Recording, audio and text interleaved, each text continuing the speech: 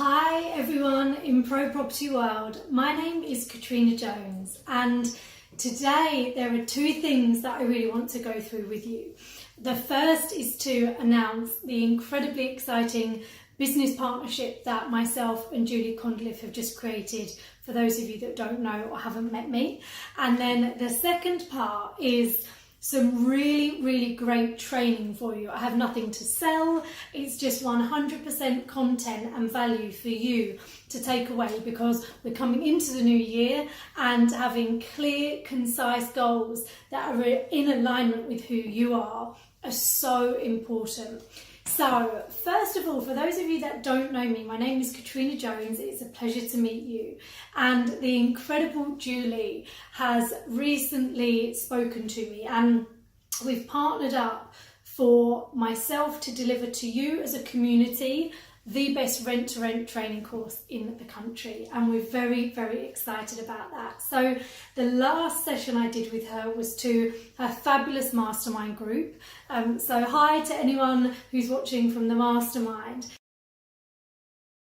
And for those of you that are watching and aren't on her mastermind, I would really genuinely just suggest that you reach out and have a chat to either Julie or someone on the mastermind group. If you feel like things like this are going to support you, more information, more advice, more knowledge, and just being empowered and inspired in many different ways on your journey, then the mastermind program Julie's put together is incredible for that. So I would definitely consider it. I've spent quite a lot of time with the mastermind group now, and I would honestly say for the fee versus what they get, it's a no-brainer.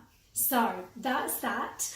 The second part of the video is to have a chat with you about your goals. So I've got 4 main points that I really want to cover when it comes to goal setting, and it was difficult to choose the 4. But this is over 10 years experience as a business owner and an entrepreneur. And I've pulled together the nuggets that I think are going to make the biggest difference to you. So if you've got a pen and paper or a laptop or a tablet, just grab that now so that you can make some notes. Okay, so the first thing I want to cover is SMART goals. Now, many of you have probably heard of this before, but here's the key. And this goes for everything in property. There's a very big difference between knowing something and actually implementing it. You know, you're like, yeah, SMART goals, I've heard of it. Great. Have you got your goals written down in the order of SMART? Because most people, including myself, at some point in time when they hear this, haven't. So the first one for S is specific. Your goals need to be specific. So let's just take property and financial freedom for an example. If you just say, I want to be financially free, that is not specific at all, okay? You need clarity. Exactly how much money do you need?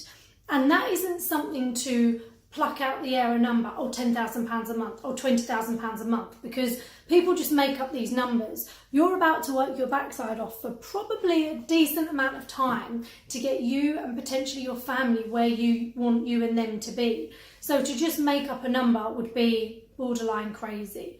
So you want to get really specific. And I've done a very detailed video on how to create your financial goals, short, medium and long term, which if you want to ask Julie for, I'm sure she'll re-upload. So M is measurable. So to just say financial freedom is a little bit blasé. You need to be able to measure it. How do you know when you're financially free? What tangible things are you going to have? You know, exactly how are you going to know when you get there? Can it be measured, or is it just a bit pie in the sky? A is achievable. So when I first started Rent to Rent, I set a really ambitious goal of 10 rent to rents in 10 weeks. Now, that wasn't very realistic. It was exciting and ambitious, but I didn't do it. So how achievable are your goals? Because if you set them too low, then you're not going to push yourself. You're not going to be, fire in your belly, really trying to go for it. But at the same time, if you set them way too high, then you're just going to conk out and you're going to feel like you're swimming in treacle and not getting anywhere. So you want to make sure that your goals are really achievable. R is realistic. So kind of the same thing. I'm so sorry, I've had a cold and I sound like a really old woman here. I've got a cough, so you have to excuse me. So realistic is how realistic are they? Are you going to be able to do it or not? Really similar to Achievable.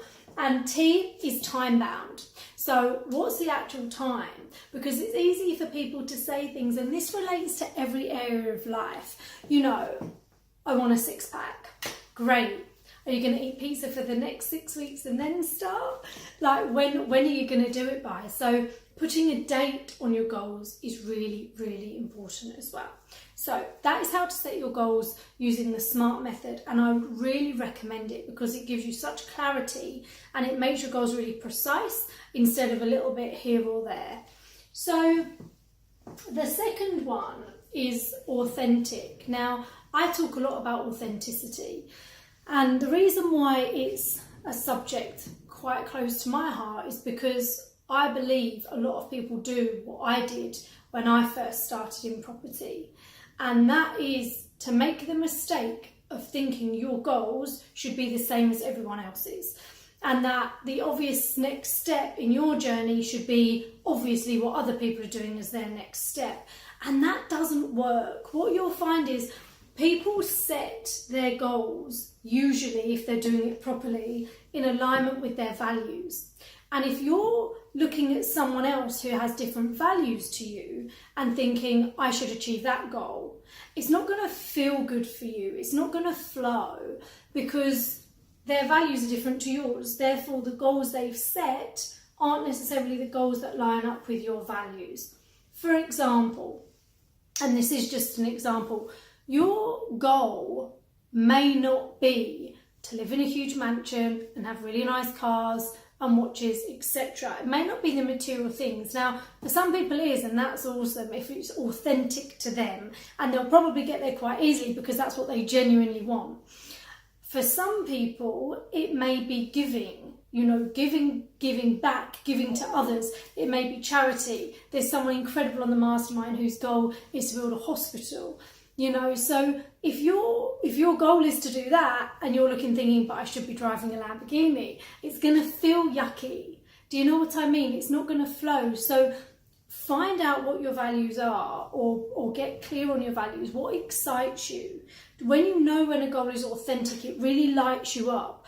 If you write it down and then in a few weeks' time you think, I'm not really interested in that anymore, and it's not inspiring you and it's not motivating you, that's usually a big red flag that your goal isn't authentic to who you are. So make sure that you're setting goals of what you want to do because you want to do it, and make sure it lights you up and sets your soul on fire. And do not, whatever you do, waste time doing stuff because you think you should do it or because that's what everyone else seems to be doing. You've got to do this for you because that's when it gets fun and is a hell of a lot easier.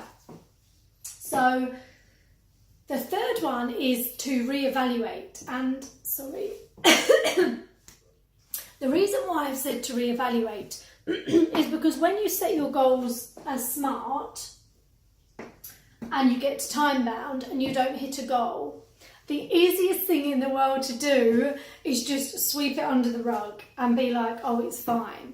That's the worst thing, right? Because it's really demotivating if you don't hit a goal and then you just overlook it like it's no big deal. Hey, we all have goals we don't hit, I promise. But what's really important for you to do is to acknowledge that you didn't meet the goal and to reevaluate. So take that time. Okay, I said financial freedom in 12 months, or I said a 6-pack in 6 weeks and it hasn't happened. So how much extra am I going to give myself? Was I unrealistic? In which case, great. Let's go back to being a bit more realistic and achievable and then put the time on it from there. But don't give up. Don't ignore the fact that you didn't hit the goal. Okay. And also it goes the other way too. So if you set a goal of 3 properties in 3 months and you do it in 2.5, celebrate. If you're really driven like me, you'll be like, great, well, let's just do a 4th one in 3 months then. Great, you can do that too. But always celebrate your wins. And wins doesn't have to always just come down to money in the bank. You know, wins can be that first really scary conversation that you have with a letting agent. Let's just take rent, for example. You know, it might just be the first time you do a viewing and you get all the way around the house and you think, oh my God, I really knew what I was looking for. You know, it might be launching your website, printing off your business cards, attending your first networking event. Make sure you celebrate all of the things along the way, not just when the cash lands in the bank. Of course, that's the goal, but you can achieve a hell of a lot more than that on the journey. And then that brings me nicely to my fourth point, which I'm not sure if you can see this, but it says short, medium and long term. So you don't just want to set one chunk of goals and that's it. You want to make sure you've got short term, medium and long term. And the reason why this is so important is because if you only set goals for next week, next month and next year, you're not going to have sight of the bigger picture. So when times get tough and it feels like you're swimming in treacle and, you know, it's really taking something for you to keep going, if you don't have a bigger picture, it's really easy to give up. At the same time,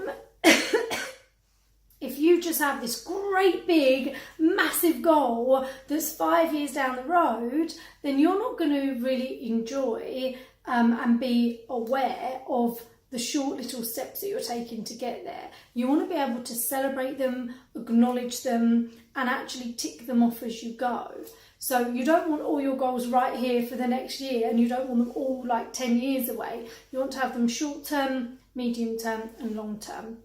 And that way there's always something you're working towards, but you're always celebrating along as you go as well. So that is it for my 4 top tips for you guys for 2018 when it comes to setting your goals. So I really do hope that this has been of some use, of some support for you all. I wish you all the luck in the world on your journeys through property in 2018. For those of you that I have met, I hope you have had an incredible Christmas, and for those of you I haven't met, I can't wait to see you soon.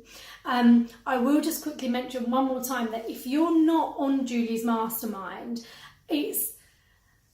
they're the most amazing group of people I've ever met, and I said that to Julie really from the bottom of my heart, that your community is incredible and the Mastermind they're just absolutely brilliant. They're the action takers, right? And if you want to be in a certain place or get to a certain place in terms of property and finances, you need to surround yourself with people that are already doing the things you want to do. You want to surround yourself with people that lift you higher, not with anyone that doubts you or questions you or makes you think that maybe you can't do it. That's the place you want to be. So do have a chat with Julie, do have a chat with anyone else on the Mastermind. I'm sure if you comment below this video, they'll be willing to reach out a hand and have a chat with you. So once again, it was great to spend some time with you. Take care, have a great day, and I will see you soon. Thanks everyone, bye.